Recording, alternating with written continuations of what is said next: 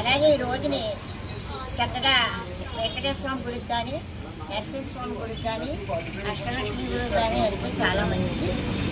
ఆంజనేయ స్వామి పాత్రం రామచంద్ర ప్రదక్షిణలో చక్కగా వైష్ణవ సాంప్రదాయ ప్రకారంగా ఈ యొక్క ఏకాదశి పర్వదినం చేసుకుంటే చాలా మంచిదండి. చాలా శుభం. మనం పిల్లలకేటి మన భర్తకేటి చక్కగా అన్నీ చేయవుతాయి. కాబట్టి చక్కగా అందరూ చేసుకోండమ్మా. ఉన్నంతలో దాన ధర్మం చేసుకోవాలి. మన చెయ్యి పైన అవతల ఎంత ఉంటే ఎంతో పుణ్యం, ఎంత ఉంటే అంత. ప్రతి శనివారం వచ్చి ముత్తాయితో ప్రతిష్ట చేసుకుంటారండి. నీళ్ళు పోస్తారు.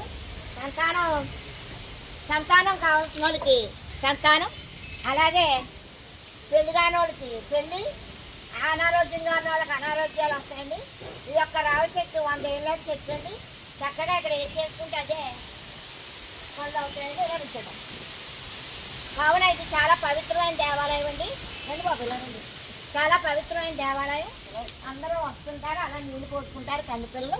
మంగళవారం అయితే మహా హెవీగా ఉంటుందండి. కావున ఈ యొక్క దేవాలయం చాలా ప్రసిద్ధమైంది.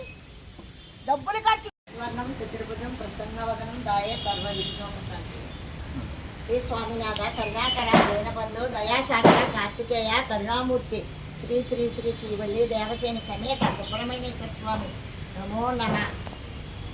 ఈ యొక్క దేవాలయం మా తాతలు నిర్మించారండి. 100 ఏళ్ళు దగ్గర పడుతుంది. ఇంకో 4 సంవత్సరాలు అయితే. అలాగే దినదిన అభివృద్ధి చేస్తున్నామండి. అలాగే మా పంతులు గారు సాలగ్రామ చింతామణి గారు, ఆయన 12 ఏళ్ళు కుర్రోడప్పుడు వచ్చారు. ఇప్పుడు దాకా ఆయన అలా చేస్తూనే ఉన్నారు. మా ఇద్దరు వాడి మీద ఒకటి అయ్యి అన్ని పనులు చేస్తాం. అలాగే పెద్ద విగ్రహం ఒకటి కట్టించాను. తర్వాత వారాహి అమ్మవారు విగ్రహం కట్టించాలి. ఆవిడ కల్లో కనబడితే సడన్గా ఒక నెలలో దాన్ని మేము అమలుపరిచి చక్కగా వారాహి అమ్మవారిని తీసుకొచ్చాం. గ్రానైట్తో చేయించి రాజస్థాన్ నుంచి రప్పించాం. చాలా పవిత్రమైన అమ్మవారండి. కావున భక్తులు అందరూ వచ్చి, ఇంకా ముహూర్తం పెట్టలేదు, ఆషాఢం నుంచి ముహూర్తం పెట్టాక అప్పుడు అందరికీ తెలియపరుస్తాం.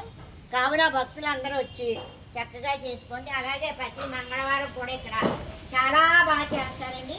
మా పంతులు గారు మంచి పూజలు చేస్తారు. టికెట్ ఉండదు, ఉండదండి. ఎంత ఇస్తే అంతే తీసుకుంటాం. కావున ఇప్పుడు వారాహి మాత గుడి కడుతున్నాం కాబట్టి అందరూ వచ్చి చక్కగా పూజలు చేసుకొని అమ్మ దయ తలుచుకొని అందరూ ఆనందంగా ఉండాలని కోరుకుంటున్నాం. ప్రతి మంగళవారం ఏమీ జనం వస్తారు, అన్నదానం చేస్తాం.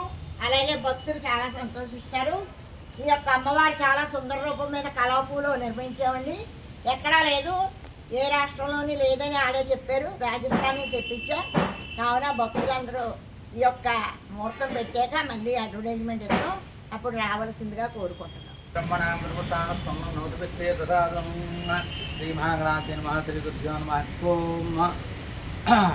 ఈ యొక్క మేము కాకినాడలో వల్లి దేవసేన శ్రీ సుబ్రహ్మణ్య స్వామి దేవస్థానంలో వారాహిదేవి ప్రతిష్ఠ చేద్దాం. ఈ యొక్క